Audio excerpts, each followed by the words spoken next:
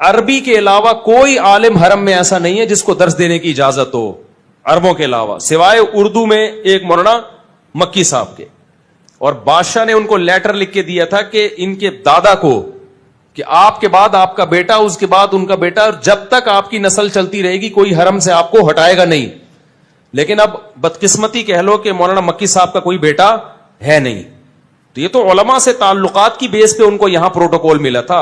تو ہمارے بہت سارے، یہ اس وقت سعودیہ سے ہمارے تعلقات تھے اکابر کے جب سعودی عرب میں قحط تھا، بھوک تھی. جب دولت آ گئی، ریل پہ لا گئی، مدینہ یونیورسٹی بنی، تو بادشاہ نے ہمارے علماء دیوبند سے رابطہ کیا کہ مدینہ یونیورسٹی میں آپ کے حوالے کرنا چاہتا ہوں، آپ لوگ اس کو سنبھالو. ہمارے علماء نے کہا نہیں، اللہ نے آپ کو وسائل دیے، ہم اب ادھر ہی ہندوستان پاکستان میں مدارس کی حفاظت کریں گے، یہ آپ ہی چلاؤ اس کو. تو اس کے بعد پھر کیا ہوا، جب علماء دیوبند کا انفلوئنس ختم ہوا تو پھر دوسرے لوگوں کا انفلوئنس اس میں بڑھ گیا. تو پھر انہوں نے یہ پروپیگنڈا شروع کر دیا کہ یہ عرب جو ہیں علماء دیوبند کے خلاف ہیں. اور ان کے علماء دیوبند کے خلاف کتاب بھی چھپی تھی دیوبندیہ کے نام سے، اس میں بھی بڑی غلط بیانی کی گئی. جب وہ کتاب چھپی ہے اس میں سعودیہ کے علماء کے دستخط تھے کہ علماء دیوبند کے عقائد غلط ہیں. پھر یہاں جامعہ فاروقیہ کے ایک عالم نے اس کا جواب لکھا. جب وہ جواب سعودی عرب گیا ہے تو اب وہ دیوبندیہ چھپنا بند ہو گئی ہے، اب وہ بین ہو گئی سعودی عرب میں. سمجھتے ہو کہ نہیں سمجھتے؟ تو پروپیگنڈا پہلے بھی ہوا تھا، اور عرب علماء کے سامنے بہت پروپیگنڈا ہوتا ہے.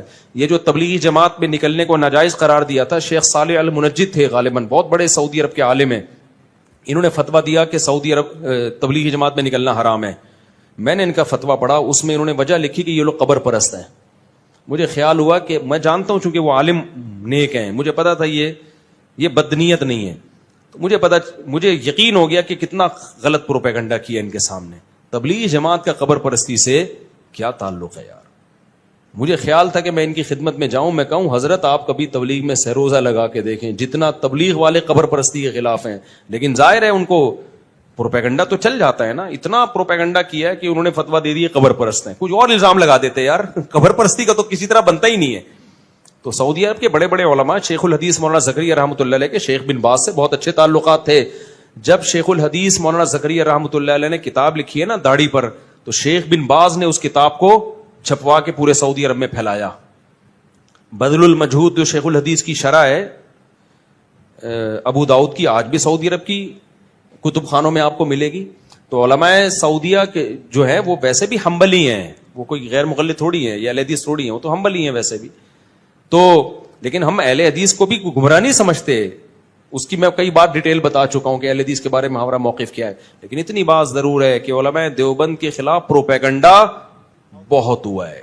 کیونکہ جو کام کر رہا ہوتا ہے نا، قادیانیت کے خلاف کام ہم نے کیا، یہاں پہ پرویزی فرقے کے خلاف کام ہم نے کیا، دفاع صحابہ میں ہم نے کام کیا، سارے میدانوں میں کام. آپ کو سب سے زیادہ، میں دوسروں کی نفی نہیں کر رہا، لیکن ہر میدان میں آپ کو صف اول میں کون ملے گا؟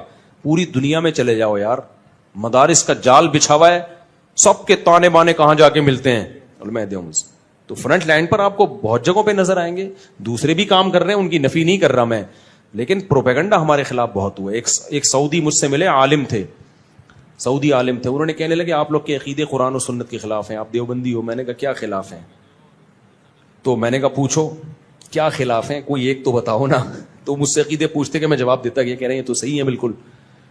تو کہنے پھر کون سے والے علماء کے عقیدے خلاف؟ میں نے کہا کسی کے بھی، سب کے یہی ہیں، سب کے یہی ہیں. تو کتابوں کی دنیا اور ہوتی ہے بھائی، مشاہدے کی دنیا.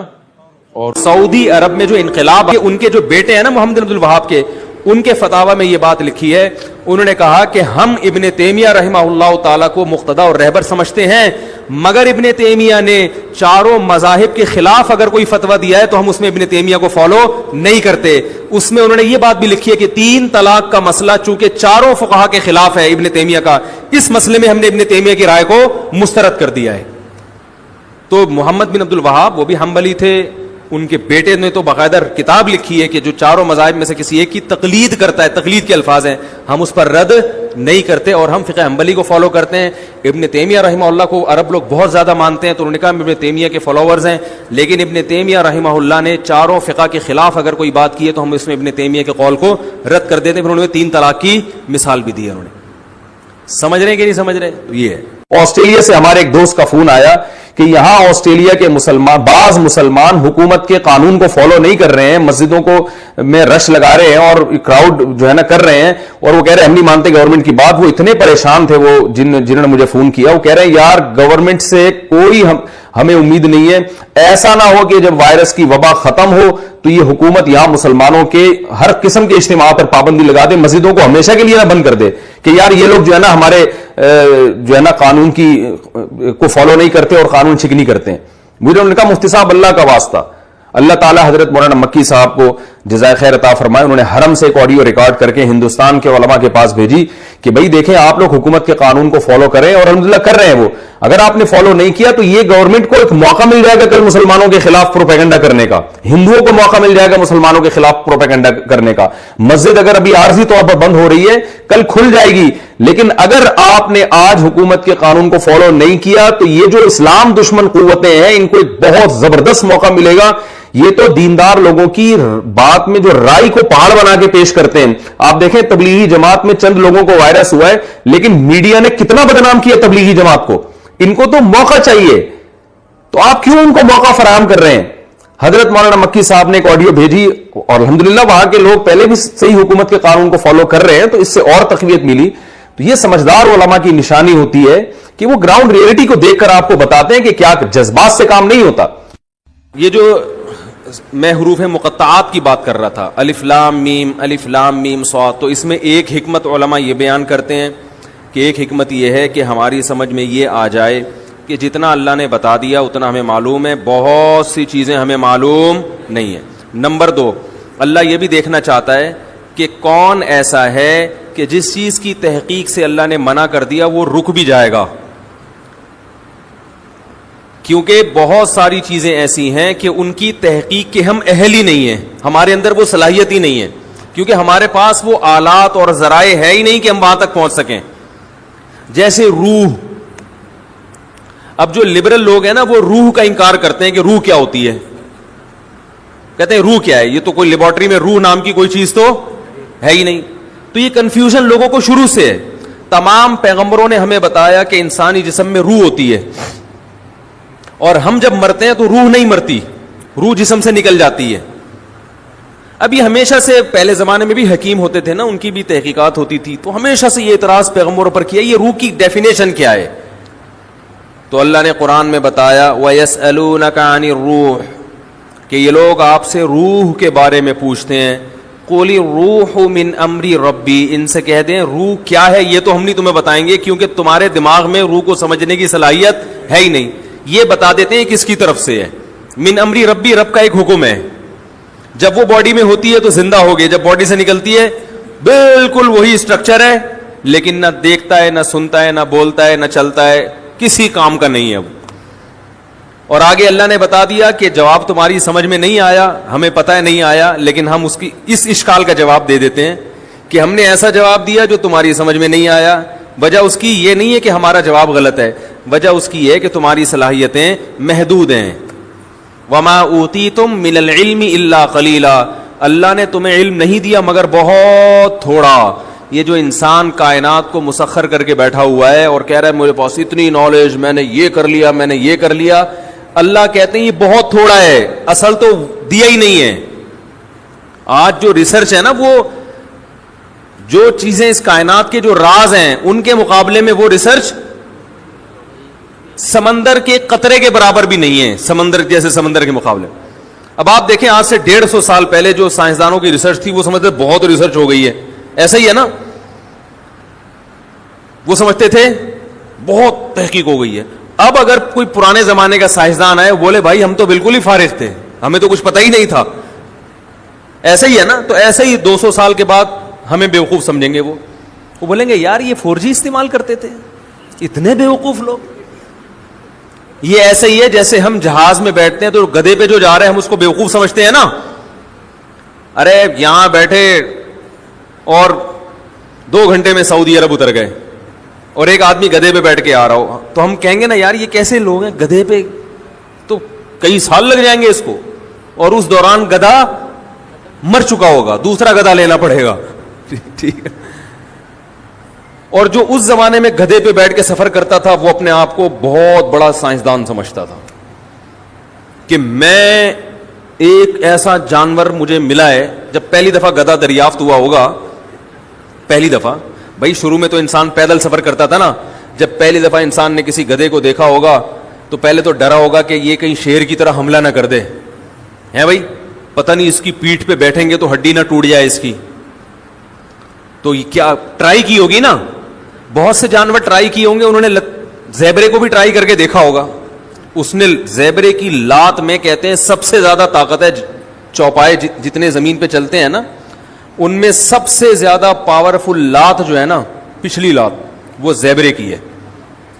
وہ اگر مار دے تو جبڑا پھاڑ دیتا ہے انسان کا, اتنی پاور. میں تنزانیہ گیا تو وہاں ایک عالم تھے انڈیا کے, وہ عالم ہونے کے ساتھ ساتھ انہوں نے کچھ PhD وغیرہ کیا ہوا تھا جانوروں میں, یعنی علم دین بھی تھا اور دنیا کا بھی کافی علم تھا ان کے پاس. وہ جانوروں کے بارے میں کافی معلومات تھے, تو میں نے ان کو پکڑ لیا. میں نے کہا مجھے ذرا زیبرے کے بارے میں رپورٹ پیش کریں ذرا.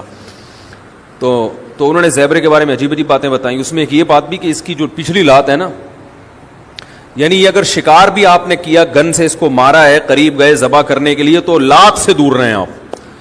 یہ لات ایسی مارتا ہے کہ پھر زیبرا کھڑا ہوا ہوگا, آپ لیٹے ہوئے ہوگے. لوگ آپ کو حلال کرنے کا سوچ رہے ہوں گے, بھائی اب یہ بچنا تو ہے نہیں تو کھال کسی کام آ جائے. خیر, تو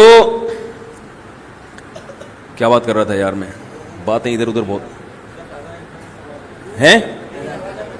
ہاں, گدھا جب دریافت ہوا ہوگا فرسٹ ٹائم, تو اس کے بارے میں بھی تو لوگوں نے, یہ بھی تو ایک ریسرچ تھی نا, تحقیق تھی کہ یار یہ سواری کے قابل ہے یا نہیں, اس سے ہم کیا کام لے سکتے ہیں. تو گدھے کے علاوہ بھی کچھ جانوروں کو ٹرائی کیا ہوگا, وہ تجربہ ناکام ہوا ہوگا, کچھ اس میں زخمی ہو گئے, تو گدھے کا تجربہ کیا ہو گیا, کامیاب. تو اس زمانے میں جو گدھے پہ سوار ہوتا تھا وہ اپنے آپ کو ترقی یافتہ سمجھتا تھا. میں نے ایک تحقیق, پہیا جب ایجاد ہوا ہوگا تو اس سائنسدان نے اپنے آپ کو سمجھا ہوگا بہت بڑی چیز ایجاد کر لی. تو بالکل اسی طرح آج سے 200 سال کے بعد ہم جو 4G استعمال کر رہے ہیں, کچھ دیکھ رہے ہوتے ہیں, بفرنگ شروع ہو جاتی ہے, تو وہ ہمیں گدھے اور گھوڑے کے دور کا انسان سمجھیں گے 200 سال بعد والے, اور ہم سمجھ رہے ہیں کہ ہم پتہ نہیں کہاں پہنچ چکے ہیں. تو اللہ نے قرآن میں ارشاد فرمایا کہ تمہیں جو علم دیا گیا ہے وہ بہت تھوڑا ہے, بہت تھوڑا. تو جب بہت سی باتیں تمہیں معلوم نہیں ہیں, جن کی حقیقت تمہیں معلوم نہیں ہے, تو اگر روح کی حقیقت بھی تمہیں معلوم نہیں ہے تو یہ کوئی اتنی پریشان ہونے کی چیز نہیں ہے, اور یہ اسلام پہ اعتراض کرنے کی چیز نہیں ہے. کیونکہ زندگی کیا ہے اس کو تو تم خود بھی ڈیفائن نہیں کر سکتے. سائنسدان زندگی کو اب تک ڈیفائن نہیں کر سکے, حیات ہے کیا وہ خود نہیں ڈیفائن کر سکے. یہ کیا ہے کہ ہم دیکھتے ہیں, سنتے ہیں, خود سے دیکھ رہے ہیں, خود سے سن رہے ہیں, بول رہے ہیں, یہ کیا ہوتا ہے, یہ خود بھی پوری طرح, کچھ تو تعریفیں ہیں لیکن پوری طرح نہیں ڈیفائن کر سکے اب تک. تو ہمیں شریعت نے بتایا کہ ایک روح ہے جو ہلکی ہے, جس کا جسم نہیں ہے, وہ باقاعدہ باڈی سے نکلتی ہے. روح کی بات چل رہی تھی, روح کی. تو اسی طرح روح کی حقیقت کیا ہے یہ ہمیں معلوم نہیں ہے, لیکن ایک ہے, اس کا جسم نہیں ہے, وہ ہلکی چیز ہے, وہ سیکنڈوں میں سفر کرتی ہے. تو وہ ہمارے جسم سے نکلتی ہے. نیک لوگوں کی روحیں فرشتے نکالتے ہیں, برے لوگوں کی روحیں وہ عذاب والے فرشتے نکالتے ہیں.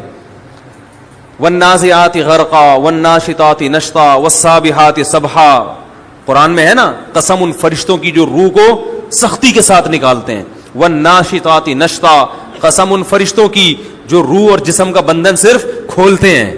یعنی روح تو نکلنے کے لیے تیار ہوتی ہے. جب وہ آخرت کی چیزیں دیکھتا ہے نا انسان مرتے ہوئے, اور جنت کی اور وہ نعمتیں اس کو نظر آتی ہیں, تو روح تڑپتی ہے کہ میں اس جسم سے آزاد ہو جاؤں, لیکن آزاد ہو نہیں ہوتی. فرشتے صرف اس روح اور باڈی کا جو ایک گرہ ہے اس کو کیا کرتے ہیں, کھول دیتے ہیں, اور وہ آزاد ہو جاتی ہے, خوش ہوتی ہے. اور ایک روح وہ ہوتی ہے کہ وہ جب آخرت کے مناظر دیکھتی ہے تو وہ باڈی میں گھسنے کی کوشش کرتی ہے, تو فرشتے کیا کرتے ہیں, اس کو نزع کرتے ہیں, کھینچتے ہیں. اس کی ایک مثال دی ہے بعض صحابہ نے کہ جیسے مخمل کا کپڑا جھاڑیوں میں پھنس جائے, کتنا مشکل ہے اس کو نکالنا, تو ایسے برے آدمی کی روح کو گھسیٹ کے نکالا جاتا ہے. زندگی کی گھڑیاں بہت تیزی سے گزر رہی ہیں. اور ہر آنے والا دن ہمیں قبر کے قریب کر رہا ہے، مجھے بھی اور آپ کو بھی۔ ایک دن آنے والا ہے کہ آپ لوگ کہیں گے کہ مولوی صاحب ہوتے تھے الفلاحیہ مسجد میں ممبر پہ بیان کیا کرتے تھے، ابھی تو ہیں، بیان کیا کرتے ہیں، ایک دن کیا ہو جائے گا؟ تھے۔ اور میرے ہیں سے تھے ہونے تک آپ میں سے بہت سے ہیں سے تھے ہو چکے ہوں گے۔ میرے مرنے تک پتہ نہیں کتنے آپ میں سے زندہ رہتے ہیں، کتنے مر چکے ہوتے ہیں۔ اور جو میرے مرنے سے پہلے آپ لوگوں میں سے زندہ رہ گئے، جو پھر میرے بارے میں یہ کہیں گے کہ وہ ہوا کرتے تھے، تو جو زندہ رہیں گے وہ بھی ہمیشہ نہیں رہیں گے، کچھ دنوں میں وہ بھی ہیں سے کیا بن جائیں گے؟ بولو بھائی، ابھی تو بول رہے ہیں، جب تھے ہوں گے تو پھر بولنے کا بھی موقع نہیں ہوگا۔ ابھی زندگی ہے، ہیں تھے بول دیں۔ جو دنیا سے جا چکے وہ تو بیچارے اس قابل بھی نہیں ہیں کہ یہ تبصرہ کر سکیں، بیان میں سر ہلا سکیں، یا ہاں یا نہ یا تھے یا ہیں بول سکیں۔ کیا خیال ہے بھائی؟ یہ ایک ایسی حقیقت ہے موت جس کا کوئی انکار نہیں کر سکتا، اس میں اختلاف نہیں ہے، نہ دیوبندی بریلویوں کا کوئی اختلاف ہے اس میں، حیرت کی بات ہے، نہ اہل حدیث اور غیر مقلد اور مقلد کا کوئی اختلاف نہیں ہے۔ ایگزامینیشن ہال ہے جس میں لا کے ہم سب کو اللہ نے بٹھا دیا، پرچہ تھما دیا اور بتایا کہ کچھ سوالات ضروری ہیں، کچھ آپشنل ہیں، اور پرچہ ہر ایک کو مختلف دیا گیا ہے، ہر ایک کی استعداد کے لحاظ سے، صلاحیت کے لحاظ سے۔ علماء کے پاس جو پرچہ ہے وہ الگ ہے، عوام کے پاس جو پیپر ہے امتحان کا وہ الگ ہے۔ اب جب ایگزامینیشن ہال میں آپ کو پرچہ تھما دیا جائے تو آپ اپنے حساب سے پرچہ لوگے یا دوسرے والا پرچہ اپنے پاس لا کے رکھو گے؟ ظاہر ہے ٹائم کم ہے، مقابلہ سخت ہے، تو اپنے سوالات کو فوکس کرو گے، دائیں بائیں جھانکنے کی کوشش نہیں کرو گے۔ اب مسئلہ یہ ہو گیا ہے کہ ایگزامینیشن ہال میں جو جس کی فیلڈ نہیں ہے وہ اس میں ٹانگ اڑا رہا ہے اور اپنے ضروری سوالات سے غافل ہو رہا ہے۔ آپ دیکھیں گے ہمارے اس دور میں مسائل کے معاملے میں ہر آدمی فنٹر بنا ہوا ہے، کسی سے بحث کروا لو رفع الیدین کی، رفع الیدین نہ کرنے کی، آمین زور سے آہستہ، ہر آدمی فنٹر بنا ہوا ہے۔ لیکن اس سے جو قیامت کے دن جو ضروری سوالات ہوں گے ان سوالات کی طرف اس کی توجہ نہیں ہے۔ اس سے سوال یہ ہوگا کہ رات کی تنہائیوں میں کیا کیا کرتے تھے، لوگوں کے سامنے تو اللہ سے ڈرتے تھے، کیا تنہائی میں بھی اللہ سے ڈرتے تھے یا نہیں ڈرتے تھے؟ اپنے والدین کی خدمت کر کے جنت حاصل کرنے کی کوشش کی یا نہیں کی؟ رسول اللہ صلی اللہ علیہ وسلم نے ارشاد فرمایا کہ جس نے بوڑھے والدین کو پایا اور ان کی خدمت کر کے جنت اپنے اوپر لازم نہ کی، اس پر اللہ کی لعنت ہے۔ تو ان لوگوں کو دیکھ لیں جو مجتہد بنے ہوئے ہیں، جو فیلڈ علماء کی ہے اس میں بھی کیا کرتے ہیں؟ ٹانگ اڑاتے ہیں، لیکن نہ اللہ کے حقوق کی طرف توجہ، نہ مخلوق کے حقوق کی طرف توجہ۔ ایک صاحب حیات ممات کے مسئلے میں بہت بڑے فنٹر تھے، حیاتی مماتی، یہ حیات النبی ممات النبی، بہت فنٹر، بڑے ماہر۔ میں نے ان کو ایک دفعہ نصیحت کی، میں نے کہا چھوڑ دو ان چکروں میں نہیں پڑو، انسان بن کے سیدھے سیدھے مسلمان بن کے زندگی گزارو، اس میں نہیں اپنی صلاحیتوں کو برباد کرو۔ تو کہنے لگے کہ یہ بہت ضروری عقیدہ ہے، یہ عقائد ضروریہ میں سے ہے، اس کے بغیر ہم مسلمان نہیں ہو سکتے۔ تو اللہ تعالیٰ بعض دفعہ ایسی دلیل ذہن میں ڈالتے ہیں، میں قرآن و حدیث سے دلیل لیتا نا سمجھ میں نہیں آتی ان کے۔ ہر آدمی میں قرآن حدیث میں مسائل کا جو چیپٹر ہے نا وہ سمجھنے کی صلاحیت ہر آدمی میں نہیں ہوتی. یہ بات پبلک کی سمجھ میں نہیں آ رہی ہے. پبلک سمجھتی ہے کہ ہم بھی قرآن و حدیث میں جو مسائل کا چیپٹر ہے وہ سمجھ سکتے ہیں. قرآن و حدیث میں یہ واقعہ میں بھول نہ جاؤں, یہ جو گٹی پکڑ کے رکھے ذرا اس کی, تاکہ جہاں سے بات چل رہی ہے نا وہیں سے, کیونکہ میں جیسے ہی ہماری گاڑی کراچی اسٹیشن سے نکلتی ہے نا درمیان میں بہت سارے ٹریک آنا شروع ہو جاتے ہیں, اور جیسے پاکستان کی ٹرین ہر ٹریک پہ ہر اسٹیشن پہ رکتی ہے نا, تو ہماری بھی ایسے ہی کچھ یہاں عادت ہو گئی ہے. عوام جو ہے نا اپنے آپ کو قرآن و حدیث کے معاملے میں, مسائل کے معاملے میں جاہل ماننے کے لیے تیار نہیں ہے. بس ایک آیت یاد کی ہوئی ہے, وَلَقَدْ يَسَّرْنَا الْقُرْآنَ لِلذِّكْرِ فَهَلْ مِن مُدَّكِرٍ, ہم نے قرآن کو نصیحت کے لیے آسان کر دیا, کوئی ہے سمجھنے والا؟ کہتے ہیں جب قرآن جب آسان ہے تو مولویوں سے پوچھنے کی ضرورت نہیں. بیچاروں کو اس آیت کا مطلب نہیں آتا, باقی قرآن کیا آئے گا. یعنی جو آیت یہ بتا رہی ہے کہ ہم نے قرآن کو آسان کیا, اس کی تفسیر جس کو نہیں آتی وہ باقی قرآن کیا سمجھے گا.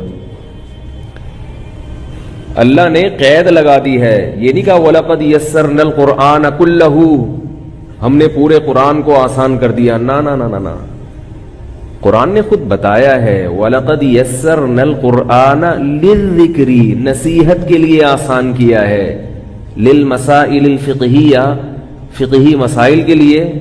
ایسا نہیں ہے کہیں قرآن میں. نصیحت کی جو چیزیں ہیں, عبرت کی جو باتیں ہیں, وہ قرآن میں بہت آسان ہیں, ان کے لیے کسی مفتی یا عالم کے پاس جانے کی ضرورت نہیں. نصیحت کی باتیں جیسے حضرت موسیٰ علیہ السلام کا واقعہ کہ اللہ نے نافرمانوں کو سزا دی, فرما برداروں کو برتری دی. اللہ تعالیٰ نے دنیا پرستوں کو ہمیشہ ناکام کیا ہے, پیغمبروں کی اتباع کرنے والوں کو ہمیشہ کامیاب کیا ہے. یہ عبرت کی باتیں. آخرت, اللہ کے وجود اور اللہ کی قدرت کے دلائل.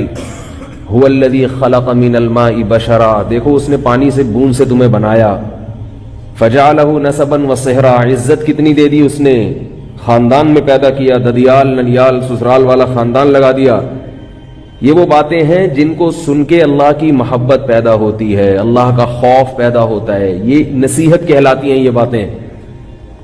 دیکھو باپ جب اپنے بیٹے کو سمجھاتا ہے تو کبھی تو وہ سمجھانا نصیحت کی باتیں ہوتی ہیں, کبھی کوئی چیپٹر پڑھا رہا ہوتا ہے اس کو.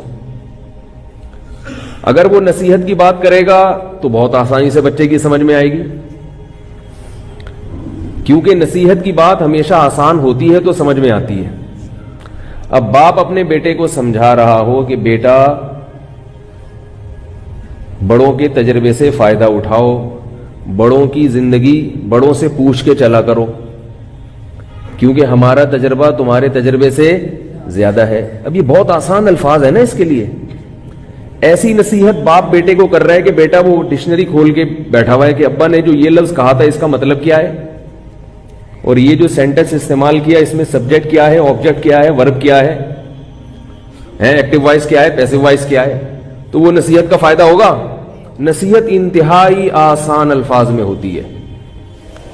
لیکن یہی باپ جب بیٹے کو, یہ وکیل ہے مثال کے طور پر ابا, یہ بیٹے کو لا اور قانون پڑھا رہا ہو, پھر یقیناً ڈکشنری کی کتابیں کھول کے, یہ ابا کہیں پروفیسر بھی ہیں, یونیورسٹی میں لیکچرار بھی ہیں, تو وہی لیکچر جو یونیورسٹی میں دیا ہے وہ اپنے بچے کو بھی دے رہے ہیں, اور اس میں لا سمجھا رہے ہیں, لا پڑھا رہے ہیں, اس کو قانون سمجھا رہے ہیں کہ دفعہ 144 کیا ہوتی ہے, دفعہ 145 کیا ہوتی ہے, آرٹیکل فلاں کا مطلب کیا ہے. تو اس میں وہ آسان نہیں ہوگا, اس کا ایک متن ہوگا, پھر اس کی تشریح ہوگی, پھر اس کی تشریح میں مختلف آراء بھی ہوں گی, رائے بھی ہوگی.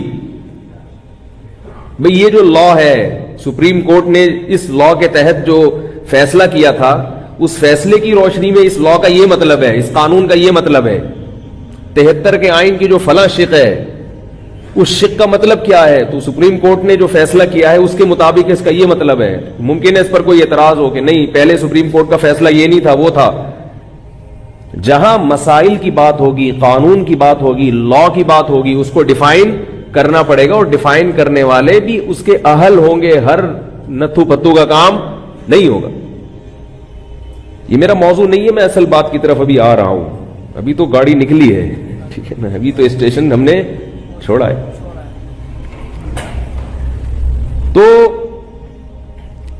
قرآن ہی میں اللہ کا ارشاد ہے. یہ یاد رکھو, جتنے لوگ آج کل جو علماء سے آپ کو دور کرتے ہیں, بزرگوں سے آپ کو دور کر رہے ہیں, لیبل قرآن و حدیث کا لگا رہے ہیں, یہ قرآن و حدیث نہیں جانتے. یہ اگر صحیح طرح سے قرآن و حدیث پڑھ لیتے تو یہ اس قسم کی باتیں نہ کرتے. قرآن ہی میں اللہ کا ارشاد ہے, وَأَنزَلْنَا إِلَيْكَ الذِّكْرَ لِتُبَيِّنَ لِلنَّاسِ مَا نُزِّلَ إِلَيْهِمْ. ہم نے اس نصیحت کو آپ پر نازل کیا تاکہ آپ لوگوں کے سامنے اس کو کھول کھول کے بیان کریں. اگر یہ خود واضح ہوتا تو نبی بیان کیوں کرتے؟ اس پر ایک اشکال ہوگا کہ یہاں بھی تو ذکر کا لفظ ہے, وَأَنزَلْنَا إِلَيْكَ الذِّكْرَ. یہاں ذکر کے بارے میں قرآن کہہ رہا ہے کہ نبی بیان کریں گے, اور وہاں قرآن کہہ رہا ہے ذکر کے لیے ہم نے قرآن کو آسان کر دیا. تو یاد رکھو, یہاں یہ جو دوسری آیت میں نے پڑھی ہے, یہاں ذکر سے مراد قرآن ہے, کیونکہ قرآن کا ایک نام ذکر بھی ہے. وہاں ذکر سے مراد قرآن نہیں ہے, کیونکہ قرآن کے نام کا الگ اللہ نے تذکرہ کیا ہے. تو پتہ چلا کہ اگلا لفظ ذکر, اس سے قرآن کا ایک مخصوص موضوع مراد ہے, پورا قرآن مراد نہیں ہے. اب یہاں سے آپ لوگ کی جو سگنل ہے نا, انہوں نے کیچ کرنا ختم کر دیا. اگر پھر بھی اتنی سی بات کی سمجھ میں نہیں آتی تو پھر سوچ لو کہ جب ہمیں اتنی موٹی بات سمجھ میں نہیں آ رہی تو پورا قرآن, پوری حدیث مسائل کے باب میں کہاں سے سمجھ میں آئے گی. تو یہ بھی بہت بڑی جہالت ہے کہ ہر آدمی قرآن و حدیث سے مسائل سمجھ سکتا ہے. یہ غلط ہے. بہت بڑے تابعی امام لیث رحمہ اللہ فرماتے, الحدیث مضلۃ الا لأہلھا. حدیث سراسر گمراہی ہے سوائے ان لوگوں کے لیے جو اس کے سمجھنے کے اہل ہیں. فرمایا لولا اعان اللہ بمالک, اگر اللہ ہمیں امام مالک, وہ تابعی نہیں تھے, سوری امام لیث تبع تابعی نہیں, بھل خیر القرون میں آتے ہیں, بہت بڑے فقیہ مجتہد تھے, محدث تھے. فرماتے ہیں لولا اعاننا اللہ بمالک, اگر اللہ امام مالک کے ذریعے ہماری مدد نہ کرتا حدیث سمجھنے میں, ہم گمراہ ہو جاتے, تباہ ہو جاتے. تو یہ بات خود قرآن سے ثابت ہے کہ قرآن میں مسائل کا باب ہر ایک کی سمجھ میں نہیں آئے گا. اس کی ایک مثال دے کے میں اصل بات کی طرف آتا ہوں. وہ آپ نے پکڑی, میں تو بھول گیا وہ کیا تھا, گچی پکڑ کے رکھی ہوئی ہے نا آپ نے, جو واقعہ بتا رہا تھا. قرآن مجید میں آیت نازل ہوئی, کلوا واشربوا حتى يتبين لكم الخيط الابيض من الخيط الاسود. رمضان میں تم کھا سکتے ہو, کب تک؟ جب تک صبح سفید دھاگا سیاہ دھاگے سے ممتاز اور جدا نہ ہو جائے. صبح سفید دھاگا سیاہ دھاگے سے ممتاز اور جدا نہ ہو جائے. صحابی نے کیا کیا, رمضان میں رات کو اپنے تکیے پر ایک کالا دھاگا اور ایک سفید دھاگا رکھ کے سو گئے. اٹھ کے صبح دیکھ رہے ہیں کہ سفید, اتنی روشنی ہو جائے کہ سفید دھاگا کالے دھاگے سے ممتاز ہو جائے.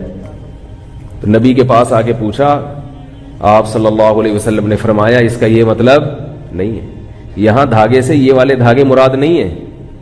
صبح صادق کی جو سفید پٹی ہے جو کالی روشنی سے ممتاز ہو جائے, کیونکہ وہ بھی مستطیل پھیلتی ہے, وہ بھی دھاگے کی طرح ایسے لمبی پھیلتی ہے وہ روشنی, وہ مراد ہے دھاگے سے.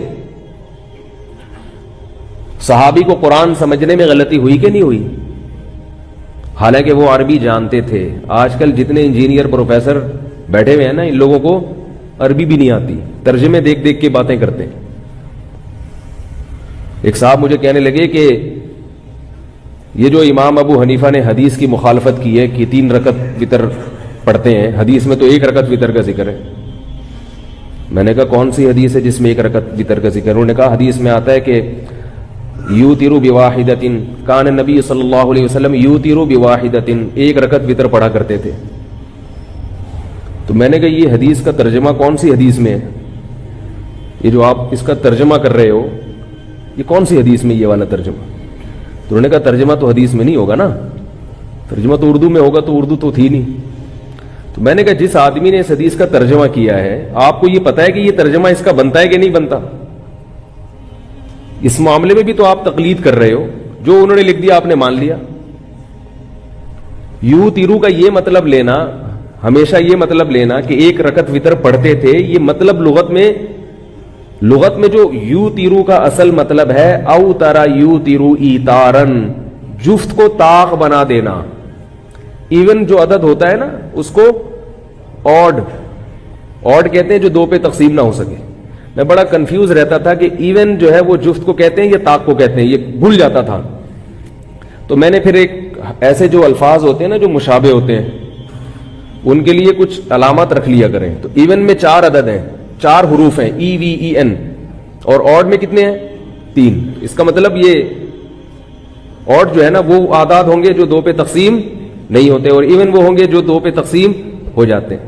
یہ بڑی ٹیکنیکل باتیں، اس طرح لفظ یاد رہتے ہیں۔ قرآن مجید میں 2 الفاظ استعمال ہوئے ہیں، سندس اور استبرق۔ سندس کہتے ہیں باریک ریشم کو، استبرق کہتے ہیں موٹے ریشم کو۔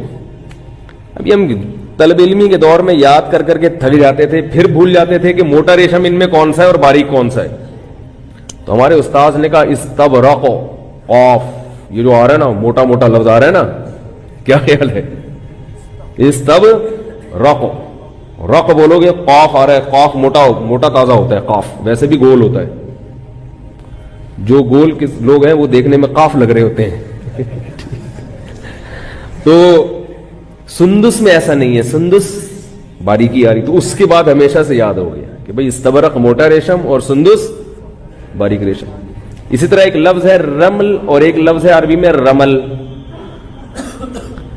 جب ہم عمرے پہ جاتے ہیں یا حج پہ جاتے ہیں تو پہلے 3 چکر میں سینہ اکڑا کے، مرد کے لیے سینہ اکڑا کے چلنا سنت ہے، اور کسی حدیث میں عورت کو سینہ اکڑا کے چلنے سے منع نہیں کیا گیا، مگر پوری امت کا اجماع ہے کہ عورت رمل نہیں کرے گی۔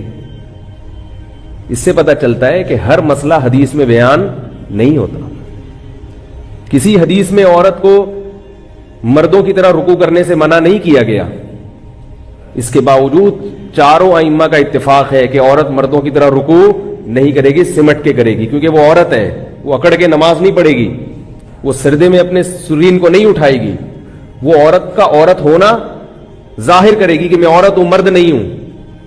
تو جن چیزوں کا تعلق پردے سے اور حیا سے ہے اس میں عورت تمام باتوں میں مرد سے خود بخود جدا ہے۔ سمجھ میں آ رہی ہے بات؟ تبھی عورت زور سے لبیک نہیں کہے گی، حالانکہ کسی حدیث میں زور سے لبیک کہنے سے عورت کو منع نہیں کیا گیا۔ یہ جو لوگ کہتے ہیں نا کہ صلو کما رأیتمونی اصلی، نبی نے فرمایا جیسے میں نماز پڑھتا ہوں ویسے پڑھو، تو نبی نے یہ بھی تو فرمایا حج جیسے میں نے کیا ویسے کرو، خذوا عنی مناسککم، جیسے میں نے حج کیا ایسے کرو۔ تو نبی نے تو صفا مروہ میں دوڑ لگائی ہے، تو ہم یہ حدیث عورتوں کو کیوں نہیں سناتے کہ نبی نے دوڑ لگائی ہے اور نبی نے فرمایا؟ حدیث کا مفہوم تو یہی ہوا نا کہ جیسے میں نے حج کیا ویسے ہی کرو، تو نبی نے تو دوڑ لگا کے کیا، تم آہستہ کیوں کر رہی ہو؟ تم بھی دوڑو۔ ظاہر ہے یہی کہا جائے گا کہ جن چیزوں کا حیا سے تعلق ہے اسلام اس میں عورت کو عورت دیکھنا چاہتا ہے، اس میں عورت کا عورت پنا جھلکنا چاہیے۔ یہ بھی میرا موضوع نہیں ہے، اس پر کہنے کے لیے اور بہت کچھ ہے، کیونکہ میں پھر وہ لوگوں کے سوالات شروع ہو جاتے ہیں کہ بھئی یہ والی بھی تو ہے، یہ بھی تو ہے، یہ بھی تو ہے۔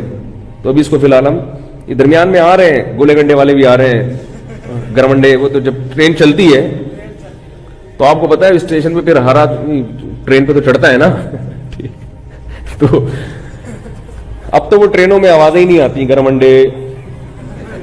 پہلے زمانے میں کھڑکیاں کھلی ہوتی تھی ٹرین کی، دھول مٹی آ رہی ہوتی تھی، اور اب تو ٹرینیں بھی بڑی لگژری سی ہو گئی ہیں، وہ مزہ ہی ٹرین کا ختم ہو گیا، بیٹھو آرام سے لاہور پہنچ گیا تو مزہ ہی نہیں آیا۔ پہلے ہم چھکا چھک کرتے ہوئے جاتے تھے، لیٹرین میں پہنچنا ایک بہت بڑا مجاہدہ ہوتا تھا، واش روم کے باہر غریبوں کی ایک پوری لائن ہوتی تھی جو بغیر ٹکٹ سفر کر کے وہاں سو رہے ہوتے تھے، ان غریبوں کو پھلانگتے ہوئے جانا، ان سے ریکویسٹ کرنا، پھر وہاں جانا اور پانی بھی مل جانا، اتنی سکون ملتا تھا، لوگ ریلیکس ہو جاتے تھے کہ یار اللہ کی اتنی نعمتیں، کیونکہ ٹینشن کے بعد جو سکون ملتا ہے تو اس سکون کی جو اس سکون میں جو لذت اور مزہ ہے وہ بغیر ٹینشن والے سکون میں نہیں ہے۔ تو خیر میں یہ کر رہا تھا, کیا بات تھی جو ابھی میں یہاں سے جو موضوع ذہن میں لے کے بیٹھو نا تو پھر وہ اسی پہ کنٹینیو رہتا ہے آدمی, لیکن یہ بھی علمی باتیں ہیں, یہ الگ موضوع کے تحت پھر آتی. ہاں میں کر رہا تھا کہ دیکھو صحابی رسول نے آیت کا مطلب غلط سمجھا, اس پر قرآن مجید کی آیت نازل ہوئی, ایک لفظ نازل ہوا من الفجر, فرمایا کلو وشربو حتی یتبین لکم الخیط الابیض من الخیط الاسود من الفجر کا لفظ نازل ہوا تاکہ دوبارہ کسی کو کنفیوژن نہ ہو. من الفجر یعنی فرمایا کہ اس سے مراد کیا ہے, فجر کی روشنی ہے, دھاگے مراد نہیں ہے. یہاں ایک سوال پیدا ہوتا ہے کہ قرآن یہ کنفیوژن پہلے ہی دور کر دیتا تاکہ یہ نوبت ہی نہ آتی. ایک لفظ صحابی کے نہ سمجھنے کی وجہ سے بعد میں نازل کیا جا رہا ہے, تو اللہ تو عالم الغیب ہے, اللہ پہلے ہی کنفیوژن دور کر دیتے, من الفجر ہی نازل کر دیتے. کیا خیال ہے بھائی؟ تو بھائی اللہ اگر پہلے کر دیتے نا نازل, تو یہ فلسفہ پھر سمجھ میں ہمارے لیے آپ کو سمجھانا بہت مشکل ہوتا کہ اللہ کے بیان کے بغیر یا نبی کے بیان کے بغیر قرآن سمجھ میں نہیں آتا. یہ بات پھر سمجھ میں نہیں آتی. سمجھ میں آ رہی؟ اب آ گئی سمجھ میں یا اب بھی نہیں آئی؟ شکر ہے. تو میں یہ کر رہا تھا میرے بھائی کہ جن سوالات کی تیاری ضروری ہے, عوام کی توجہ ان سوالات کی تیاری کی طرف نہیں ہے, اور ان علماء سے عوام محبت بھی نہیں کرتی. عوام کو بھی مزہ آتا ہے چسکے لینے میں, جب تک ایک دوسرے پہ مولوی حضرات کیچڑ نہ اچھالیں, طنز نہ کریں, مناظرے بازی, چیلنج بازی, وہ اس کو پچھاڑ دیا, اس نے اس کو پچھاڑ دیا, اس کے بغیر مزہ نہیں آتا. تو ہم سب کو, مجھے بھی اور آپ کو بھی, اپنی قبر کی فکر کرنی چاہیے. سب سے پہلے سوال ہوگا توحید کے بارے میں, اور توحید کا وہ مفہوم جو قرآن نے بیان کیا. ایک اپنی گھڑی ہوئی توحیدیں بھی آج کل مارکیٹ میں چل رہی ہیں. بزرگوں کو اپنی زندگی سے نکال دینا, اس کو لوگ سمجھتے ہیں توحید, میں صرف اللہ کو مانتا ہوں, کسی بزرگ کو نہیں مانتا. میں نے کہا اپنی بیوی کو کیوں مانتا ہے تو ہے بھائی, اپنے باپ کو کیوں مانتا ہے؟ بعض لوگ بزرگوں سے محبت کا اظہار ان کے ہاتھ چومنے کو بھی شرک سمجھتے ہیں. اللہ کے بندوں, کسی سے عقیدت محبت میں ہاتھ چوم لینا شرک کا اس سے کیا تعلق ہے؟ میں مانتا ہوں کہ زیادہ نہیں, یہ چوما چاٹی جو اس طرح کی بزرگوں کی ہوتی ہے اس سے نقصان ہوتا ہے. اول تو کوئی بزرگ ہوتا بھی نہیں ہے, لوگ خام خام عقیدت میں ہاتھ پاؤں چومنا شروع کر دیتے ہیں. اس کے اعتدال ہر چیز میں اچھا ہے, لیکن اگر کوئی فرط محبت میں اپنے کسی بزرگ کے کبھی ہاتھ چوم لے, اس میں کوئی خرابی نہیں ہے, اس کا شرک سے کوئی تعلق نہیں ہے. عربوں میں رواج ہے نا, جب بھی ملتے ہیں ایک دوسرے کا ماتھا چومتے ہیں. یہ شرک ہو گیا. یہ جیسے ماتھا چومنے سے مشرک ہی بن جاتا ہے, ایسے ہاتھ چومنے سے بھی مشرک ہی بن جاتا ہے. اس کو بھی شرک ہے. یہ بعض لوگ تعویذ کو شرک کہہ دیتے ہیں. ایک صاحب مجھے کہنے لگے تعویذ شرک ہے. میں نے کہا تعویذ میں یا اللہ مدد لکھ کے گلے میں لٹکا دیا, یہ شرک کہاں سے ہو گیا اللہ کے بندو؟ تو کہنے لگے یہ شرک کا ذریعہ ہے. میں نے کہا جو چیز جس چیز کا ذریعہ ہوتی ہے وہ چیز نہیں ہوتی. حیدرآباد جانے کا ذریعہ سڑک ہے نا, کراچی سے جب حیدرآباد جائیں تو کس ذریعے سے جائیں گے؟ سڑک سے. تو کیا سڑک حیدرآباد ہے؟ تو جب کسی چیز کو شرک کا ذریعہ کہہ دیا تو یہ آپ نے کہہ دیا کہ وہ شرک بہرحال نہیں ہے. ہاں ذریعے پر بات ہو سکتی ہے, ذریعے پر بات ہو سکتی ہے. تبھی میں بھی تعویذ گنڈوں کا قائل نہیں ہوں, جائز سمجھتا ہوں, مگر میں سمجھتا ہوں اس زمانے میں اس سے اجتناب ضروری ہے, کیونکہ لوگوں کے عقائد خراب ہیں. عامل لوگ تعویذ گنڈوں کے نام پہ الو بناتے ہیں اور یہ چیزیں انسان کو وہمی بناتے ہیں, بالآخر شرک تک لے کے جاتی ہیں یہ چیزیں. اس لیے الحمدللہ میں اپنے بچوں کے گلے میں کبھی تعویذ نہیں لٹکاتا. لیکن اگر کسی عالم نے جائز تعویذ لٹکایا ہوا ہے, اس پہ قرآن کی آیت ہے, تو میں اس کو مشرک نہیں کہتا. البتہ اللہ کا بڑا فضل ہے, ہمارے باپ دادا میں یہ رواج ہی نہیں تھا تعویذ. ہمارے ابا نے کبھی نہیں رکھا تعویذ. بعض لوگ مزاج کے توحیدی ہوتے ہیں اور بعض مزاج کے بدعتی ہوتے ہیں. سمجھ میں آ رہی ہے بات؟ بعض لوگوں ان چیزوں سے طبی طور پر گھن آتی. ہماری دادی اللہ تعالیٰ ان کی مغفرت فرمائے, حضرت مولانا عبد الرحیم رائے پوری رحمۃ اللہ علیہ سے بیعت تھی. وہ کبھی یہ تیجے اور 40ویں کا کھانا نہیں کھاتی تھی, حالانکہ ان کو نہیں پتا تھا کہ یہ بدعت ہے. وہ تو بیچاری گاؤں دیہات میں پلی, بیعت ہوئی, وہ تو صرف ان سے اصلاحی تعلق تھا, مسائل ان کو زیادہ معلوم نہیں تھے. لیکن کہیں بھی کسی میت کے گھر سے کھانا آتا تھا کبھی نہیں کھاتی تھی. کہتی مجھے مردوں کے کھانوں سے ویسے ہی گھن آتی. بات آ رہی؟ ان کو آپ کوئی دلائل سے نہیں قائل کر سکتے کہ یہ جائز ہے یا ناجائز ہے. وہ کہیں جائز ہوگا تمہارے لیے ہوگا, یہ مردوں کے کھانے ہمارے حلق سے نہیں اترتے. تھوڑی سی غیرت بھی کوئی چیز ہوتی ہے نا, کیا خیال ہے؟ تو یہ جو تعویذ گنڈنے والے لوگ ہیں نا, جائز ہونے ایک الگ چیز ہے, مگر یہ تعویذ گنڈے والوں میں آپ کو توکل کبھی نظر نہیں آئے گا. یہ ہمیشہ ان پر اللہ کا کچھ ایسا عذاب آتا ہے کہ یہ ہمیشہ اسی فلیتے پلیتوں میں لگے رہتے ہیں. انگوٹھے میں الگ دھاگا بندھا ہوگا, کالا سا پٹا گلے میں پڑا ہوگا, اور یہاں ایک کچھ باندھا ہوا ہوگا, اور پھر گھول کے بھی کچھ پی رہے ہوں گے صبح شام. ساری زندگی اسی میں. اللہ کا بڑا فضل ہے, ہمارے سارے کام اللہ دعاؤں سے پورے کر دیتا ہے. ہمارے بچے کبھی بیمار ہو, ہم دعا مانگتے ہیں اللہ سے, الحمدللہ اللہ شفا دے دیتا ہے. ڈاکٹر سے علاج کراتے ہیں, ایک محلے کے ڈاکٹر ہیں, وہ سارے بچوں کے پورے رول نمبر کے حساب سے انہوں نے یاد کیے, کون سا پیس ہے, یہ تیسرے نمبر والا پیس ہے. اللہ نظر سے بچائے. بس اتنا سورہ فلق سورہ ناس پڑھ لیتے ہیں, دم کر لیتے ہیں. مجھے بہت لوگوں نے کہا کہ آپ یوں کریں, آپ ایسا کریں, آپ عاملوں کے خلاف بہت بولتے ہیں, یہ کچھ کر دیں گے. میں نے کہا ان کا باپ بھی کچھ نہیں کر سکتا. کیا خیال ہے؟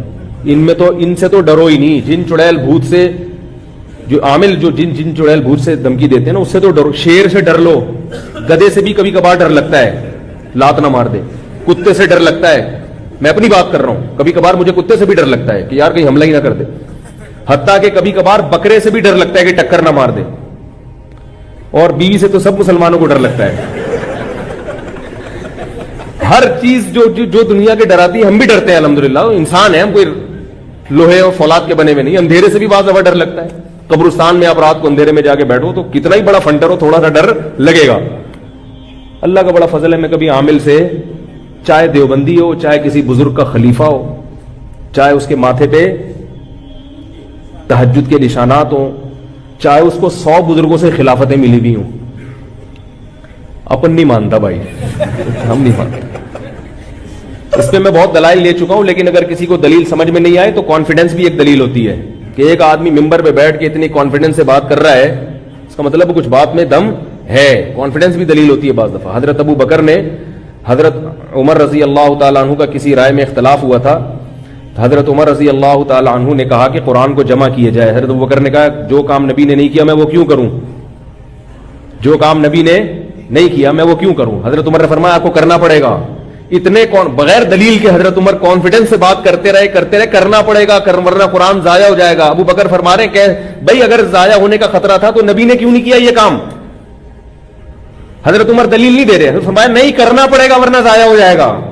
اتنا زور سے اصرار کیا. ابو بکر فرماتے ہیں اللہ نے مجھے شرح صدر کر دیا کہ بھائی یہ عمر صحیح کہہ رہا ہے.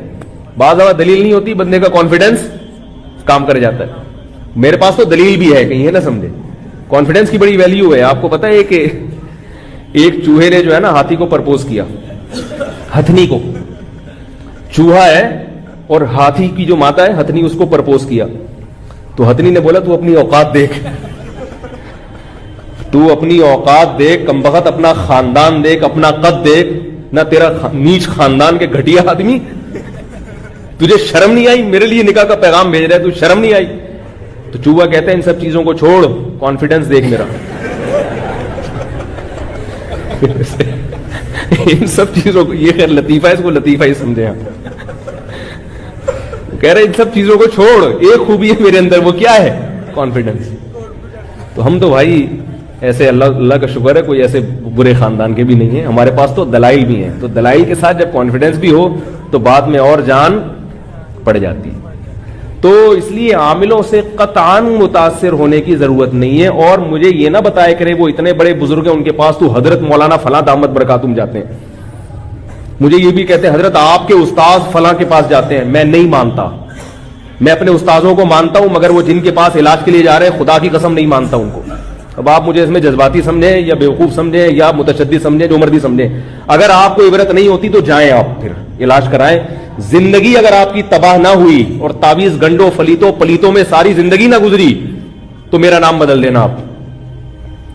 جو ایک دفعہ ان فلیتوں پلیتوں کے پاس چلا گیا نا, روحانی ٹوٹکوں اور فضول لوگوں کے پاس, پوری زندگی کے لیے برباد ہو جاتا ہے. جن چڑیل بھوت کا علاج گھر میں کر لو, آیت الکرسی, سورہ فلق, سورہ ناس پھونک لگا کے, یا کسی مسجد کے امام صاحب کے پاس, بزرگ کے پاس, جو بھی ہے جو یہ کام کرتے نہیں ہیں ان کے پاس لے جاؤ. بولو حضرت آپ نیک آدمی ہیں, آپ کی پھونک میں اللہ نے دم رکھا ہوگا, تو اس سے پھونک لگوا لو. یہ ٹھیک ہے, اتنا میں مانتا ہوں. سمجھ رہے ہو؟ تو عجیب عجیب نظر اتار رہے ہیں, وہ تسبیح کو یوں ٹک ٹک ٹک کر کے نظر اتار رہا ہے. تجھے یہ کیسے پتا چلا کہ اس میں نظر لگی ہے؟ اور ہر ایک پر 99% لوگوں پہ نظر لگ رہی ہے. میں مانتا ہوں کہ نظر لگتی ہے, برحق ہے, مگر اتنی زیادہ لگ رہی ہے کہ 99% لوگ نظر کی وجہ سے کھانس رہے ہیں. بھائی سردیاں ہیں تو کھانسی تو ہوگی نا. ایک خاتون کا لائی اپنے چھوٹے بچے کو لے کے, یہ بیمار ہے اور یہ ٹھیک نہیں ہو رہا, فلانے پلیتے اور پتہ نہیں کیا, اور مفتی صاحب آپ دم کریں. میں نے کہا دم تو ہم کر دیتے ہیں, وہ تو سنت عمل ہے, لیکن یہ بچہ بیمار کیوں ہے؟ ان سے میں نے پوچھا یہ ماں کی فیڈ پی رہا ہے کہ نہیں پی رہا؟ انہوں نے کہا نہیں, ڈبے پہ چل رہا ہے یہ. میں نے کہا جتنے پلیتے لگا لو, یہ بچہ صحت مند نہیں ہو سکتا. اللہ نے ڈبے نہیں پیدا کیے, بچے کے پیدا ہوتے ہی کیا مارکیٹ میں ایک دم ڈبے آ جاتے ہیں؟ بھائی اگر بچے کے لیے ڈبے کا دودھ اچھا ہوتا جو ڈاکٹر لکھ کے دے رہا ہے, تو جیسے ہی بچہ پیدا ہوتا آسمان سے آپ کے گھروں میں 2-3 ڈبے اترتے اللہ کی طرف سے. جیسے ہی بچہ پیدا ہوتا ہے فوراً ماں کی چھاتیوں میں دودھ پیدا ہوتا ہے, اس لیے کہ اللہ جانتا ہے اس کی کیا چیز اس کے لیے کیا ضروری ہے. تو ماں کا دودھ ضروری تھا تو اللہ نے وہ پیدا کر دیا, ڈبہ ضروری نہیں تھا تو اللہ نے نہ ڈبہ پیدا کیا نہ ڈبے کے اندر دودھ پیدا کیا. یہ ڈاکٹروں کی تقریریں ہمارے سامنے, یہ فالتو قسم کی تقریریں. ڈاکٹروں کو میں مانتا ہوں, ہم بھی بیمار ہوتے ہیں ڈاکٹر کے پاس ہی جاتے ہیں, لیکن ایک تو ہر ڈاکٹر کی ہر فیلڈ میں ریسرچ نہیں ہوتی, دوسرا فطرت سے جو ڈاکٹر آپ کو لڑوا رہا ہے نا اس کی بات کبھی نہ مانو. ایک زمانے تھا ڈاکٹروں نے ڈبے کے دودھ کے فضائل پر زمین اور آسمان کے انبار لگا دیے تھے, بعد میں تجربے سے ثابت ہوا کہ غلط ہے یہ. بھائی جو اللہ کی تخلیق ہے اس کا کوئی آلٹرنیٹ نہیں ہو سکتا. جس خدا نے پیدا کیا وہ ماں کی چھاتیوں میں دودھ پیدا کر رہا ہے, آپ کہہ رہے ہو نہیں یہ والا زیادہ اچھا ہے, اس کا مطلب وہ جو آسمان پہ خدا بیٹھا ہوا ہے وہ غلط کر رہا ہے, آپ کو زیادہ پتا ہے. تو مائیں آج کل بچوں کو دودھ نہیں پلاتی, پھر وہ دم درود تعویذ گنڈے اور پتہ نہیں کیا کیا. وہ کہنے لگی بچہ دودھ پیتا ہی نہیں. میں نے کہا اس کا کچھ علاج کراؤ, ڈاکٹر سے جا کے پوچھو کیوں نہیں پی رہا, ماں کا دودھ کیوں نہیں پی رہا. تو ماں کا دودھ کڑوا ہو جاتا ہے بعض دفعہ. جب عورت کا مزاج کڑوا ہو نا اس کی کڑواہٹ دودھ میں بھی آتی ہے, حقیقت ہے یہ. ماں کے دودھ کو اللہ نے عجیب چیز بنایا ہے, ایسا لنک اللہ نے رکھا ہے. دیکھو بچہ روتا ہے, بھوک لگتی ہے تو ماں کی چھاتیوں میں دودھ خود بخود بڑھ جاتا ہے. بچہ جتنا وزنی ہوتا ہے نا, جتنے پاؤنڈ کا ہوگا اسی حساب سے ماں کی چھاتیوں میں دودھ پیدا ہوتا ہے. ڈبے کو یہ پتا ہے کہ کتنا پیدا ہونا ہے کتنا نہیں ہونا, اور بچے میں جس وٹامن کی کمی ہوتی ہے ماں کے دودھ میں وہ چیز بڑھ جاتی ہے. تو اللہ ہے بھائی, اللہ پہلے اللہ ہے, باقی چیزیں بعد میں. تو جلدی سے بات کو نمٹاؤں میں, کہاں بات چل رہی تھی ہے نہیں, یہ جو یہاں ڈبے پر بات آئی ایگزام سے بعد جو بات آگے چل رہی تھی. ہاں میں یہ کر رہا تھا کہ قبر میں جو سوال ہوگا وہ سب سے پہلے کیا ہوگا, توحید کا. اللہ کو مانتے ہو, اور توحید حقیقی توحید, وہ نہیں کہ جو بھی توحید کے نام پہ فرقہ واریت پھیلا دے. تو میں یہ کر رہا تھا یہ تعویذ گنڈوں کے چکر میں اللہ کے بندو نہ پڑا کرو, اللہ سے دعائیں مانگو, دعائیں مانگنا سیکھو. جب کوئی پریشانی ہو مشکل ہو تو اس کے اسباب بھی دیکھو کہ کیوں پریشانی ہو رہی ہے, اس کے اسباب دور کرو. ہماری اپنی حماقتیں ہیں جن کی ہمیں سزا مل رہی ہوتی. اب آپ بیمار رہ رہے ہیں تو آپ کی جب صبح شام پراٹھے کھاؤ گے تو بیمار تو ہوگے, بیمار نہیں ہو رہے تو سمجھ لو کہ کسی نے کچھ کیا ہوا ہے. کتنے پراٹھے کھا گئے بھی بیمار نہیں ہو رہا میں. حقیقت ہے نا, جس قسم کی خوراکیں ہیں, ایکسرسائز بالکل بھی نہیں ہے, پھر کہہ رہے ہیں یار پتہ نہیں گھر میں پریشانیاں ہی چلی آ رہی ہیں. احتیاط بالکل بھی نہیں ہے کسی چیز میں, بالکل بھی محتاط نہیں ہے. احتیاط والا پہلو تو اختیار کرتے ہی نہیں ہے. نکاح میں صرف خوبصورتی دیکھی جاتی ہے عورت کی, اخلاق خاندان دیکھا ہی نہیں جاتا. پھر بھی جب چترول لگاتی ہے بچے بھی باغی ہو جاتے ہیں, کہہ رہے ہیں یار میرا تو سارا گھر کا سیٹ اپ ہی خراب چل رہا ہے. تو ظاہر ہے جب آپ نے جو چیز دیکھی تھی ناک نقش وہ مل گئے آپ کو, اخلاق تو دیکھے ہی نہیں آپ نے. خوبصورتی جو ہے نا یہ تھوڑی دیر کی ہوتی ہے, اور عورت کے اخلاق یہ گھر کو جنت بناتے ہیں. اس لیے نبی نے فرمایا, یہ نہیں نبی نے کہا کہ خوبصورت عورت سے نکاح نہیں کرو, فرمایا نہیں, ترجیح کس کو دو, خوش اخلاق اور دیندار کو. اگر وہ خوبصورت بھی ہے تو بہت اچھی بات ہے, خوبصورت نہیں ہے آپ کے پاس دو آپشن ہے, ایک اخلاق اچھے ہیں اور ایک کی صرف حسن و جمال ہے. تو آپ صلی اللہ علیہ وسلم نے کیا فرمایا, کس کو ترجیح دو, کیونکہ آگے پوری نسل ہے بھائی, بچے پیدا ہوں گے, کل آپ گھر کے سربراہ بنو گے, وہ تو سارے بچوں کو باغی بنا دے گی آپ کا. تو اسباب کامیابی کے اختیار کرنا اور پھر اس کے ساتھ کیا کرنا, دعا کرنا, یہ اللہ کو پسند ہے. اور پھر وہ استخارہ کا تو میں کرتا رہتا ہوں حساب, ابھی میں نہیں چھیڑوں گا استخارے کا. تو میں یہ کر رہا تھا کہ جو ضروری سوالات ہیں قبر میں جن سوالات کا جواب دینا ہے آج پبلک ان سوالات کی تیاری، وہ جو ہماری ذات سے متعلق سوال ہوں گے، ہم سے یہ سوال نہیں ہوگا کہ یزید کیسا آدمی تھا، فاسق تھا یا اچھا تھا. ہاں ہم سے اہل بیت کی محبت کا سوال ہوگا کہ رسول اللہ صلی اللہ علیہ وسلم کے جو خاندان کے لوگ ہیں ان سے محبت تھی یا نہیں تھی. یہ تو ضروری چیز ہے، جس سے انسان کو محبت ہوتی ہے اس کے اہل و عیال سے بھی محبت. تو حضرت حسین سے ہم کیا کرتے ہیں؟ محبت کرتے ہیں، حضرت حسن سے بھی. باقی یزید ہماری زندگی سے اس کا کوئی تعلق نہیں ہے، اس کے بارے میں خاموش رہو، کیا ضرورت ہے. اسی طرح اور بہت ساری چیزیں جو فالتو والتو لوگوں نے بنا کے پورے اس پہ فرقے کھڑے ہو چکے ہیں ان چیزوں پہ. تو پھر سوال ہوگا دوسرا، حقوق اللہ میں. حقوق اللہ میں سب سے پہلے کس چیز کا سوال ہوگا بھائی؟ نماز. یہ نہیں ہوگا کہ اس طرح پڑھی تھی کہ اس طرح پڑھی تھی. اگر نماز میں یہ سوال ہوتا نا قیامت کے دن کہ رفع الیدین کیوں نہیں کیا، تو عبداللہ بن مسعود کی نماز قبول نہیں ہوگی، کیونکہ وہ رفع الیدین نہیں کرتے تھے. اور مصنف ابن ابی شیبہ میں ہے کانا اصحاب علی وابن مسعود لا يرفعون ایدیہم فی الصلاۃ.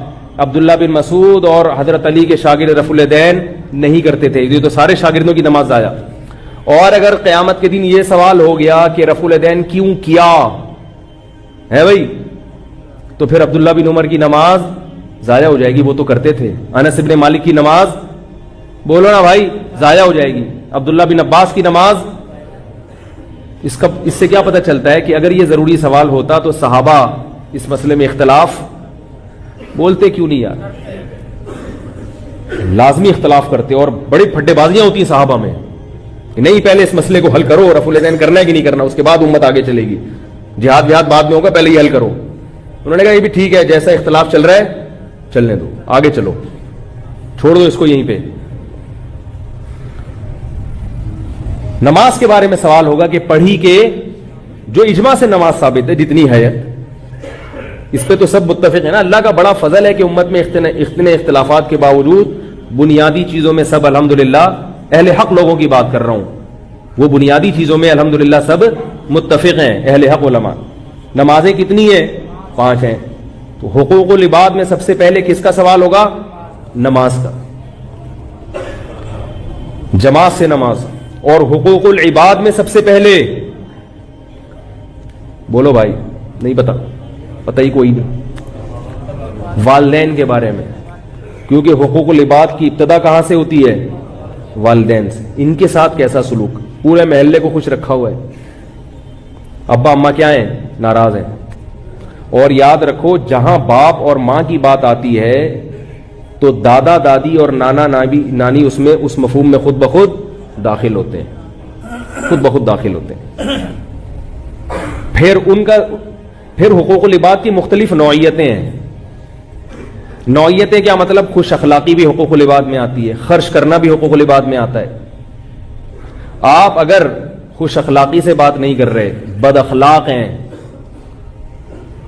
تو آپ صلی اللہ علیہ وسلم نے فرمایا بد خلق آدمی، حدیث کا مفہوم ہے، اللہ سے بھی دور ہوتا ہے اور لوگوں سے بھی دور ہوتا ہے. وہ کما قال صلی اللہ علیہ وسلم. اور آپ صلی اللہ علیہ وسلم نے فرمایا جس کے اخلاق سب سے اچھے ہوئے قیامت کے دن سب سے میرے قریب وہ ہوگا. بات جو بھی کرتا ہے ایسا کرتا ہے جیسے ہمارے معاشرے میں دیکھ لیں ڈنڈا کھینچے مار. کل مجھے کسی مولوی صاحب کا کلپ بھیجا، وہ پتہ نہیں علماء پہ بڑا طنز کر رہے تھے کہ یہ علماء ایسے، مولوی ایسے. میں نے کہا ان کو پہلے بات کرنے کی سلیقہ اور تمیز کہیں سے سکھاؤ. پھر مجھے تو سنا نہیں جاتا ہے، میں 1 منٹ سن کے بند کر دیتا ہوں، کان پھٹنے ہوتے جو ہے نا گدھوں کی طرح چیخ رہے. یہ اخلاق ہے.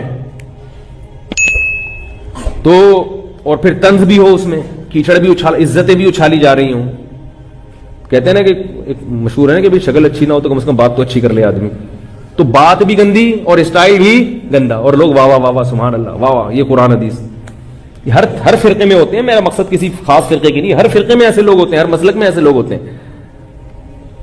تو خوش اخلاقی، آپ صلی اللہ علیہ وسلم نے فرمایا یہ جو بد اخلاقی ہے نا غصے سے شروع ہوتی ہے. ہر آدمی ہر وقت ناک پہ مکھی بٹھا کے گھوم رہا ہے. سب سے پہلے میرے کام ہو, سب سے پہلے پیٹرول میں جو ٹینکی میں جو ہے نا پیٹرول میری گاڑی میں سب سے پہلے ڈالا جائے.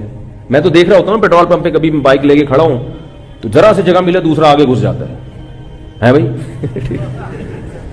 فوراً آگے گھس جائے گا وہ. لیکن سارے ایسے نہیں ہوتے الحمدللہ, اچھے لوگ بھی ہیں, وہ کہتے ہیں نہیں جی پہلے آپ, تو ایسے بھی ہے. لیکن تو انسان کے کردار کو پہچاننا 2 منٹ کا کام ہوتا ہے. آپ پیٹرول پمپ کی لائن میں, بل کی لائن میں کھڑے ہو کر 2 منٹ میں پتہ چل جاتا ہے کہ کون کتنے پانی میں. بہت زیادہ مشکل کام نہیں ہے یہ. تو خوش اخلاقی ہے. اور پھر مال خرچ کرنا یہ بہت بڑا فریضہ ہے. ہم اپنے مال کے پورے مالک نہیں. اللہ نے فرمایا تمہارے مال میں حصہ ہے رشتہ داروں کا. ایک آدمی کی پوری تنخواہ اسی پہ اگر خرچ ہو رہی ہے, اللہ اس سے خوش نہیں ہو سکتا. قل ما انفقتم من خیر فللوالدین والاقربین, خرچ کرنا ہے جن میں سب سے پہلے والدین اور پھر سب سے پہلے قرابت دار. والدین اور قرابت دار اگر محتاج ہوں تو ان پہ خرچ کرنا فرض ہے. لیکن بیوی بچوں کو اللہ نے الگ پروٹوکول دیا کہ وہ محتاج نہ بھی ہو تو ان پہ باپ کو خرچ کرنا پڑے گا, کیونکہ یہ کیا ہے, ان کا باپ ہے. والدین کا باپ نہیں ہے, اولاد ہے. اور بچوں کا کیا ہے, باپ. اور عورت کا کیا ہے, شوہر. اس لیے عورتوں کو کہتا ہوں اپنے میاؤں کی قدر کرو. اللہ نے اتنا اس کی ذمہ داری لگا دی ہے. اللہ نے تمہارے میاؤں کو ایسا بنایا, اللہ نے کہا کہ تمہاری بیوی کروڑ پتی بھی ہے تو تجھے کھلائے گا کون, تیرا شوہر. اس کو میں نے گھر کا بڑا بنا دیا, ساری زندگی تیری خبرگیری تیرا شوہر کرے گا. والدین تو رخصت کر دیتے ہیں, ذمہ داری ختم. پوری زندگی کی ٹینشن کون اٹھاتا ہے بھائی, شوہر اٹھاتا ہے. اور یہ جو مشرقی شوہر ہیں, مسلمان شوہر, ان کی اگر عظمت خواتین کو سمجھ میں نہیں آتی, یورپ میں جا کے دیکھو. وہاں کے شوہر بڑے اچھے ہیں, خوش اخلاق ہیں, ہر بات تھینک یو سے شروع کرتے ہیں. تھینک یو پہ جیسے ہمارے ہوتے ہیں نا وظیفہ شروع میں 11 دفعہ, درود شریف آخر میں 11 دفعہ, تو انگریز جب بھی بات شروع کرے گا مسکرا کے تھینک یو کے ذریعے, درمیان میں کچھ رپورٹ پیش کرے گا بڑے مزے سے, بہت اچھے اخلاق کے ساتھ, اور آخر میں پھر کیا کہے گا, تھینک یو کہہ کے. جاب سے بھی نکالیں گے تو تھینک یو کہہ کے نکالیں گے, اتنے اچھے اخلاق. بھائی تھینک یو, اب آپ جا سکتے ہیں, آپ یہ سگنیچر کر دیں یہاں پہ, آپ مستعفی ہو جائیں آپ. اتنے اچھے اخلاق. اور ہمارے یہاں جاب پہ بھرتی بھی کریں گے نا تو تمیز سے نہیں کریں گے, دھمکی سے شروع کریں گے بات, پہنچ جانا کل صبح 8 بجے. تو لیکن اتنے اچھے اخلاق کے باوجود بیوی پہ خرچ کرتے ہیں نہیں کرتے, بچوں پہ خرچ کرتے ہیں.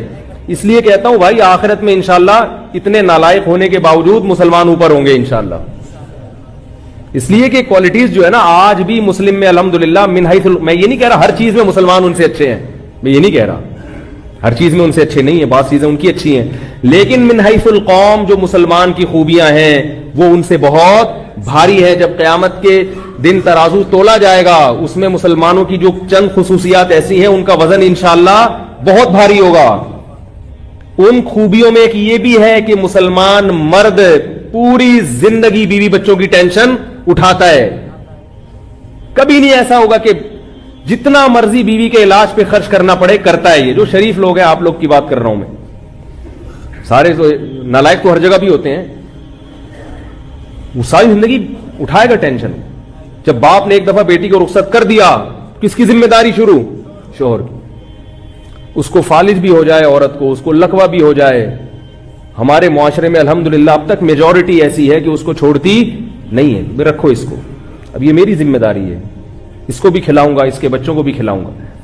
اس لیے میں کہتا ہوں خواتین سے اگر میاؤں سے کبھی اونچ نیچ ہو جایا کرے تو ان کی میاؤں پہ صبر کیا کریں. کہہ رہی یہ میاؤں کیوں کر رہا ہے, دھاڑ کیوں رہا ہے. جب اتنا کر رہا ہے تو تھوڑی سی برداشت بھی تو کرو نا اس کی, برداشت کر لو بیچارے کی. تو حقوق العباد میں سوال کس کا ہوگا, ابدأ بمن تعول, فرمائے جو تمہارے اہل و عیال ہیں, بیوی بچے ہیں, ان پر سب سے پہلے ان کی ذمہ داری, تم ذمہ داری پوری کر رہے ہو یا نہیں کر رہے, اس کا کہاں سوال ہوگا, قبر میں سوال ہوگا. میت کو تو دفنا کے لوگ چلے جاتے ہیں, بڑے اچھے تھے, بیچارے کا حال کیا ہو رہا تھا یہ اللہ ہی بہتر جانتا ہے. ساری چیزیں نکل رہی ہوتی ہیں کہ بھئی تو اتنی تنخواہ بچا کے کہاں رکھتا تھا, یہ بتا, خرچ کیوں نہیں کیا تو نے, ہے بھائی. نبی صلی اللہ علیہ وسلم نے فرمایا جیسا خود کھاتے ہو ایسا گھر والوں کو کھلاؤ, جیسا خود پہنتے ہو ایسا ہی گھر والوں کو پہناؤ. تو یہ سوال ہوگا. پھر گناہوں کے بارے میں سوال ہوگا. یعلم خائنۃ الاعین وما تخفی الصدور. فرمایا آنکھوں کی خیانت کو وہ جانتا ہے. یہ جو آنکھ مٹکے ہو رہے ہیں, انٹرنیٹ پر بیہودہ فلمیں دیکھی جا رہی ہیں یا بدنظری کی جا رہی ہے آفس میں ادھر ادھر, اللہ نے فرمایا فمن ابتغى وراء ذلك, تمہارے لیے صرف تمہاری بیوی کو بنایا ہے, اس کے علاوہ کہیں اور دیکھنے کی اجازت نہیں ہے. جتنی مرتبہ دیکھو گے اتنی مرتبہ آنکھوں کا حساب دینا پڑے گا. اور اللہ نے آنکھ کے بارے میں فرمایا کہ آنکھ کی خیانت کو جانتا ہے, اس لیے کہ آنکھ جتنی جلدی خیانت کرتی ہے جسم کا کوئی اور عضو ایسے خیانت نہیں کرتا, کیونکہ وہ پکڑا جاتا ہے فوراً. آنکھ سے جو نظر ہے نا, آپ کسی کو گردن گھما کے دیکھیں گے پتہ چل جائے گا, لیکن آنکھ سے دیکھیں گے پتہ نہیں چلتا. آنکھیں تو گھومتی رہتی ہیں انسان کی, بدنظری آنکھوں سے ہوتی ہے. اس لیے اللہ نے فرمایا کہ آنکھوں کی خیانت وہ جانتا ہے. تو بھائی یہ وہ سوالات ہیں کہ کھایا کمایا. نبی صلی اللہ علیہ وسلم فرمایا جب تک انسان کے قدم, انسان 4 باتوں کا جواب نہ دے, قیامت کے دن اس کے پاؤں اپنی جگہ سے نہیں ہلیں گے. ان میں ایک سوال یہ بھی ہے, مال کہاں سے کمایا اور کہاں خرچ کیا. ہیپی نیو ایئر میں تو نہیں اڑا دیا مال سارا ہے بھائی, پٹاخوں میں, شب برات کے پٹاخوں میں تو نہیں اڑا دیا, نائٹ کلبوں میں تو نہیں اڑا دیا, میوزیکل شو میں تو نہیں اڑا دیا. یہ سوال ہوگا. یہ بھی سوال ہوگا کہاں سے کمایا, حلال کمایا, یہ سوال. اور پھر حلال کما کے اس حلال کو بھی غلط جگہ خرچ کرنے کی اجازت نہیں ہے. تو بھائی یہ ساری چیزیں ہیں. ہم غلام ہیں اپنے آپ کو, ہمیں چاہیے کہ ہم غلام سمجھیں. نہیں سمجھیں گے تو موت کا فرشتہ آئے گا, قبر میں اتار کے چلا جائے گا, پھر پتہ چلے گا کہ کیا پایا اور کیا کھویا. تو وہ شاعر نے کہا نا, ہو رہی ہے عمر مثل برف کم, چپکے چپکے رفتہ رفتہ دم بدم. تو میں بھی موت کے قریب جا رہا ہوں, آپ بھی موت کے قریب جا رہے ہیں. ایک زمانہ آئے گا نہ ہم ہوں گے نہ آپ ہوں گے. کوئی اور مولوی صاحب یہاں بیٹھے ہوئے ہوں گے اور کوئی اور مجمع یہاں بیٹھا ہوگا.